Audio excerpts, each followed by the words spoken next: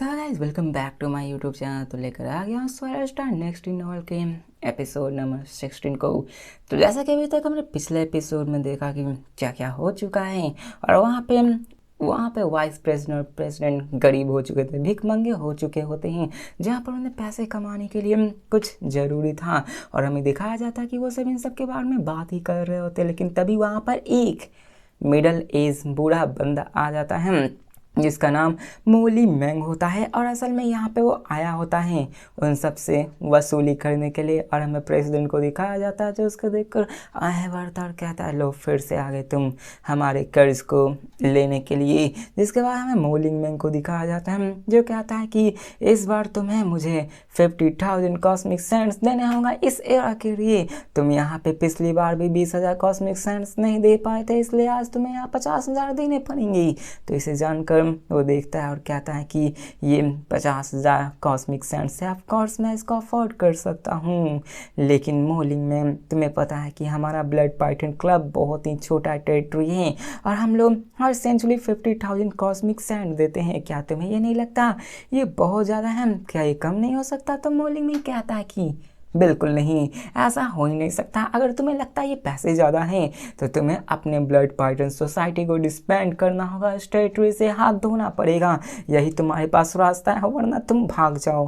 तुम कुछ भी नहीं कर सकते, मैं पैसा तो लेकर ही रहूँगा। जिसे सुनकर मोयांग डिप्रेस हो जाता है और वो सोचने लगता है कि आखिर ऐसा क्या बात है। अब उसे पता था कि यहाँ पे अगर उसने पैसे नहीं दिए तो उसका टेरिटरी चला जाएगा, और जब उसने टेरिटरी के लिए फाइट किया था दूसरे डार्क फोर्सेस थे तो वहाँ पे उसने भी 5 मेजर फैमिलीज़ को पैसे देने से मना कर दिया था, जिसके कारण उसे भी पनिश किया गया था। और इस बार तो और भी था, अब यहाँ पे उसके पास उतने पैसे भी नहीं थे। जिसके बाद मोयांग उससे कहता है कि अगर ऐसी बात है तो यहाँ पे तुम्हें अपने किलिंग कोटा को और भी बढ़ाना होगा, और तुम्हारे पास तो और भी ज़्यादा है। यहाँ पे प्रेसिडेंट भी कहता है कि हम ऐसा तो है, लेकिन यहाँ पे हमने ज़्यादा लोगों को नहीं मारा है, हमने तो बस कुछ ही true god of war special true gods को मारा है। यहाँ पे नॉर्मल डेथ रेट तो 1000 के करीब है, जो कि देखा जाए तो नॉर्मल है, हमने इतने भी नहीं मारे हैं। अब देखो पैसे देकर तुम कुछ भी कर सकते हो, किसी को भी मार सकते हो, जैसा कि रूल हम लोग जानते ही, ऐसा ही हर जगह होता है। जहाँ पे मोलिंगमो को दिखाया जाता है जो कहता है कि ये सिर्फ 1000 की बात नहीं है, तुमने 5 सेंचुरी में तुम्हारे ब्लड पाइथन सोसाइटी ने मिलियंस ऑफ ट्रू गॉड को असैसिनेट किया है, और साथ ही में hundreds of void true gods को भी मारा है, और ये इनफ है, यहाँ बहुत ज़्यादा है। अब देखा जाए तो उन सब के ग्रुप ने बहुत ज़्यादा कत्लेआम मचाई थी, जैसा कि हर जगह कत्लेआम मचती हैं। और यहाँ पे वो कहता है कि 50,000 कॉस्मिक सेंट्स उससे एक भी कम नहीं। अब मोलिंग में कोई सुनकर उसके एक्सप्रेशन और भी ख़राब होने लगता है। वो कहते हैं कि ये बहुत ज़्यादा हो रहा है, नहीं ऐसा नहीं है। तो मोयांग भी सरप्राइज होते हुए कहता है आखिर ऐसा क्या है, अब सब चीज़ मुझ पे मत डालो। अब उनमें बात हो रही होती है इन सब चीज़ के बारे में, वो पैसे लेने के लिए, लेकिन क्या करे वो प्रेसिडेंट के पास अभी पैसे ही नहीं होते, क्योंकि यहाँ पे लू फेंग को उसने 20,000 कॉस्मिक सेंट्स दे दिए थे। अगर उसने यहाँ पे 50,000 दे दिए तो उसके लिए बहुत ही महंगा पड़ेगा, उसके पास फूटी कौड़ी तक नहीं बचेगी, और वो समझ लो तो गरीब हो जाएगा। जहाँ पे वो कहता कि अगर तुम्हें यहाँ पे ऐसा करना है तो यहाँ पे तुम्हें कर्ज लेना होगा, जो कि मैं तुम्हें दे सकता हूँ। वो कर्ज लेने की भी बात करने लगता है। वो बंदा कहता है कि अगर तुम्हें पैसे चाहिए तो तुम्हें और मिशन करने चाहिए, हो सकता है कि तुम्हें और भी पैसे मिल सकते हैं। और वो ऐसे ही करता है, और ऐसे ही उनमें बातें होने लगती है। उन्हें ये भी पता था कि ऐसा होना ही है, और वो प्रेसिडेंट कहता है कि मेरे पास अभी इतनी पावरफुल भी नहीं है, लेकिन अगर मैं अपने ऑर्डिनरी मेथड्स को यूज़ करूँ तो मैं केओस रियलम में कभी नहीं जा सकता। मुझे जल्दी से जल्दी केओस रियलम में ब्रेक थ्रू करना होगा, ताकि तभी मैं अपने इस क्लैन को बचा सकता हूँ, तभी मेरे पास बहुत सारे पैसे आ सकते हैं, तभी मैं इन सब को चला सकता हूँ।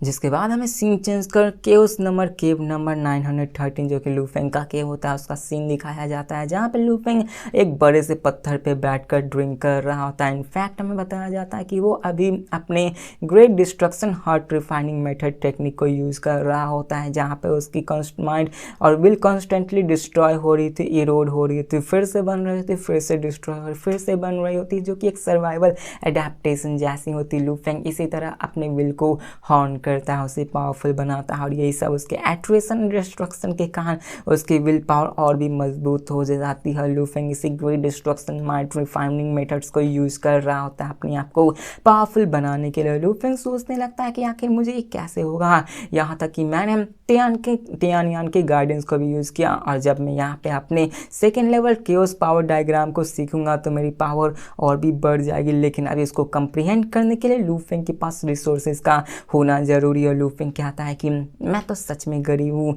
मैं तो अपने सेकेंड बॉडी रिफाइनिंग के लिए जो मटेरियल्स की ज़रूरत है उन सबको भी अफोर्ड नहीं कर सकता हूँ।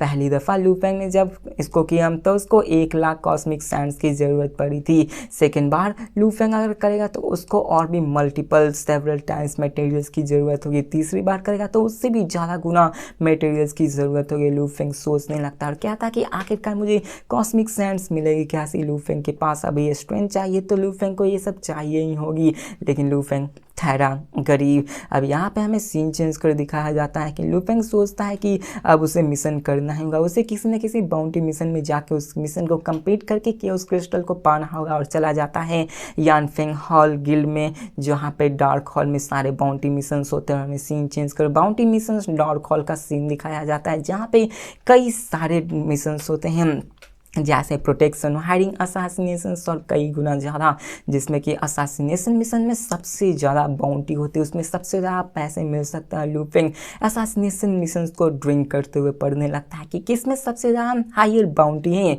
जहाँ पे हमें दिखाया जाता है कि सबसे ज़्यादा हाईएस्ट बाउंटी तो सुप्रीम कमांडर ह्यूआंग लीजन को मारने पर ही मिलेगी, जिसका नाम मो ली जिया होता है, जिसमें मारने पर लू फेंग को 1.2 मिलियन कॉस्मिक सैंड्स मिलने वाले हैं, जो कि बहुत ज़्यादा होंगे। जहाँ लू फेंग और भी देखने लगता है, जहाँ पे देखा जाए तो 1.2 मिलियन लू फेंग के लिए बहुत ज़्यादा है, लेकिन ये एनिमी बहुत ज़्यादा स्ट्रॉन्ग है, जिसके कारण लू फेंग तो अब इसको लेने वाला नहीं था। अब सेकेंड मोस्ट रिवॉर्डिंग मिशन होता है किल ब्लड क्लाउड, जहाँ पे उससे मारने पे लू फेंग को 1 मिलियन कॉस्मिक सैंड। थर्ड पे होता है जुओ क्लैन के लीडर को मारना, जुओ हू, जिसको मारने पे लू फेंग को 5,30,000 कॉस्मिक सैंड्स मिलने वाले थे। फोर्थ मिशन होता है गिवलिंग टावल के और चीनी यूजी को मारने का। नाम भी बड़े अजीब होते हैं। अब यहाँ पे इनको मारने पे लू फेंग को 1,80,000 कॉस्मिक सैंड्स मिलने वाले थे, जो कि कंपेरेबल देखा जाए तो फर्स्ट और सेकंड से बहुत ही ज़्यादा कम होता है। 7th पे ऐसे लू फेंग देखता है, जहाँ पे लू फेंग को पाइथन गिल्ड लीडर मू यांग को मारना होगा, जिसको मारने पे लू फेंग को 1,20,000 कॉस्मिक सैंड्स मिलने वाले थे। लू फेंग ऐसे उन सबको देखने लगता है और लू फेंग ये देखकर हैरान था कि हम जो टॉप 3 है उसी में लू फेंग को फ़ायदा होने वाला है। जैसे ही नीचे आता है उसकी प्राइस बहुत ज़्यादा घट जाती है, जो कि लू फेंग के लिए उतना बेनिफिशियल था, लेकिन उतना भी नहीं बॉडी रिफाइन करने के लिए। वो उन सबको सोचने लगता है, उन सारी चीज़ों के बारे में देखने लगता है। उस लू फेंग को पता था कि जो ये लीडर्स है उन सब की बैकग्राउंड भी स्ट्रॉन्ग है और उन सबकी पावरफुल भी स्ट्रॉन्ग है। उन सबको देखने लगता है। लू फेंग की नज़र 3rd रैंक पे जाती है, जहाँ पे लू फेंग को मारने पे 5,30,000 कॉस्मिक सैंड्स मिलने वाले, जो कि जू फैमिली के जू हू के मारने के लिए होता है और ये सारे असासिनेशन मिशन होते हैं। अब लू फेंग भी इस्तेमाल करते हुए कहता है, ऑफ कोर्स यहाँ पे ये सभी ऑनर यानफेंग गिल्ड इन सबको लगाए हुए इतने सारे बाउंटी दे रहे हैं। अब ऐसा तो नहीं है कि ये इतने वीक है जिसको मैं इतनी आसानी से मार सकूँ।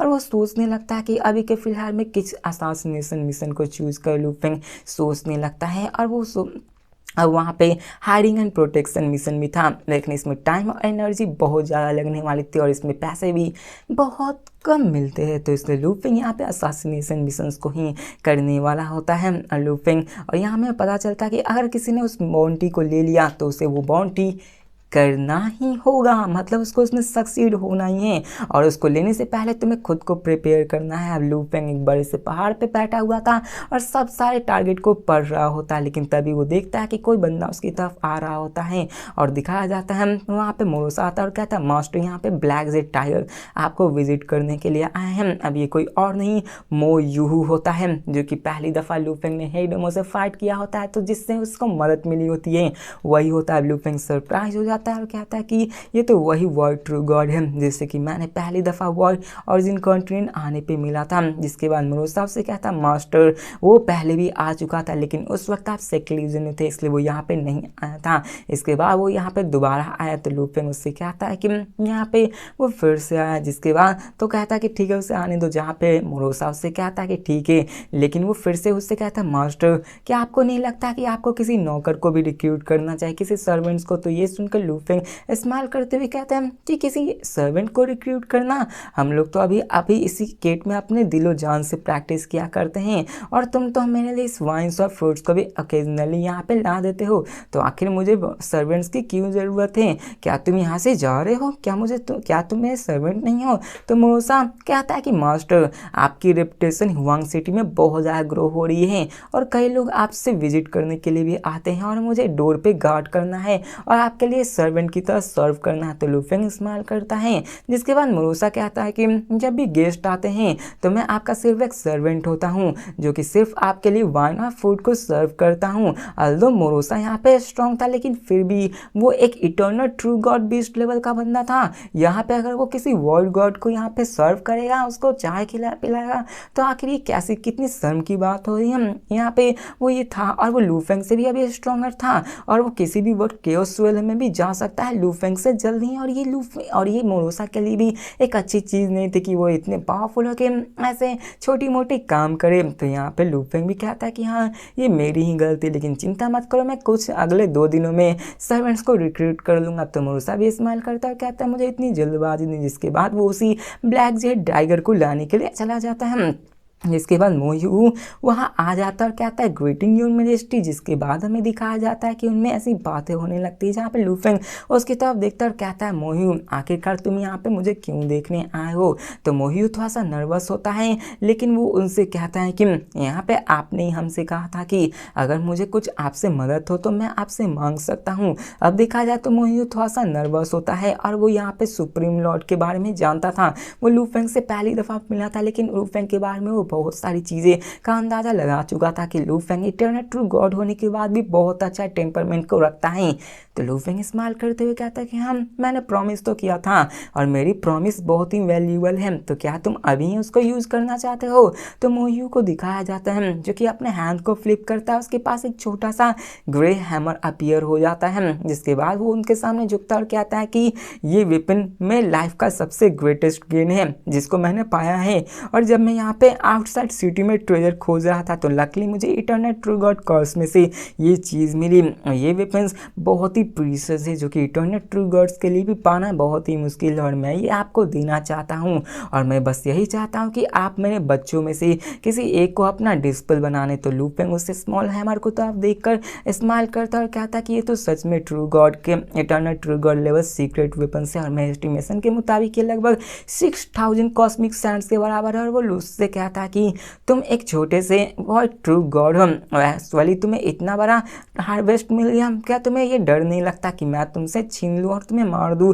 तो वो बंदा कहता है कि मैं इसे किसी फोर्स को बेच भी नहीं सकता क्योंकि अगर न्यूज़ लीक हुआ तो मेरी सारी फैमिली तबाह हो सकती है और जबकि यहाँ पे मैंने बहुत सारे इटर्नल ट्रू गॉड से मिला भी नहीं हूँ, जिसके कारण मैं सिर्फ आप पे ही यहाँ पे ट्रस्ट कर सकता हूँ। और मैं यहाँ पे जब आ रहा था तो मैं मारा भी नहीं गया था, मैं यहाँ पे ना रॉब किया गया बल्कि मैं तो आपके द्वारा अपॉर्चुनिटी दी गई कि मैं आपसे मदद मांग सकता हूँ, इसलिए मुझे यहाँ पे आप पे भरोसा है। और यहाँ पे वो अभी गैम्बल भी कर रहा होता है, उसे भी लूफिंग के ट्रू नेचर के बारे में भी अच्छे से शायद नहीं पता होगा, उसके बारे में वो सिर्फ एक ही मीटिंग में क्या ही अंदाज़ा लगा पाया। तो लूफिंग स्माइल करने लगता है, वो कहता है कि ऐसी बात है तो ठीक है, लेकिन वो कहता है कि मैं डिस्पल को एक्सेप्ट नहीं करूँगा। तो मोयू कहता है कि इटर्नल ट्रू गॉड को जानता हूँ कि वो किसी आसानी से डिस्पर्स नहीं रखते, लेकिन मैं यहाँ पे उनको टेस्ट में गुजारना चाहूँ। मैं सिर्फ ये चाहता हूँ कि आप उसका टेस्ट लीजिए और आप उनमें से किसी एक को सिलेक्ट कीजिए। तो लूफिंग कहता है कि तुम जानते हो कि मेरे और ब्लड पाइथन में कैसा कॉन्फ्लिक्ट चल रहा है, तो फिर भी तुम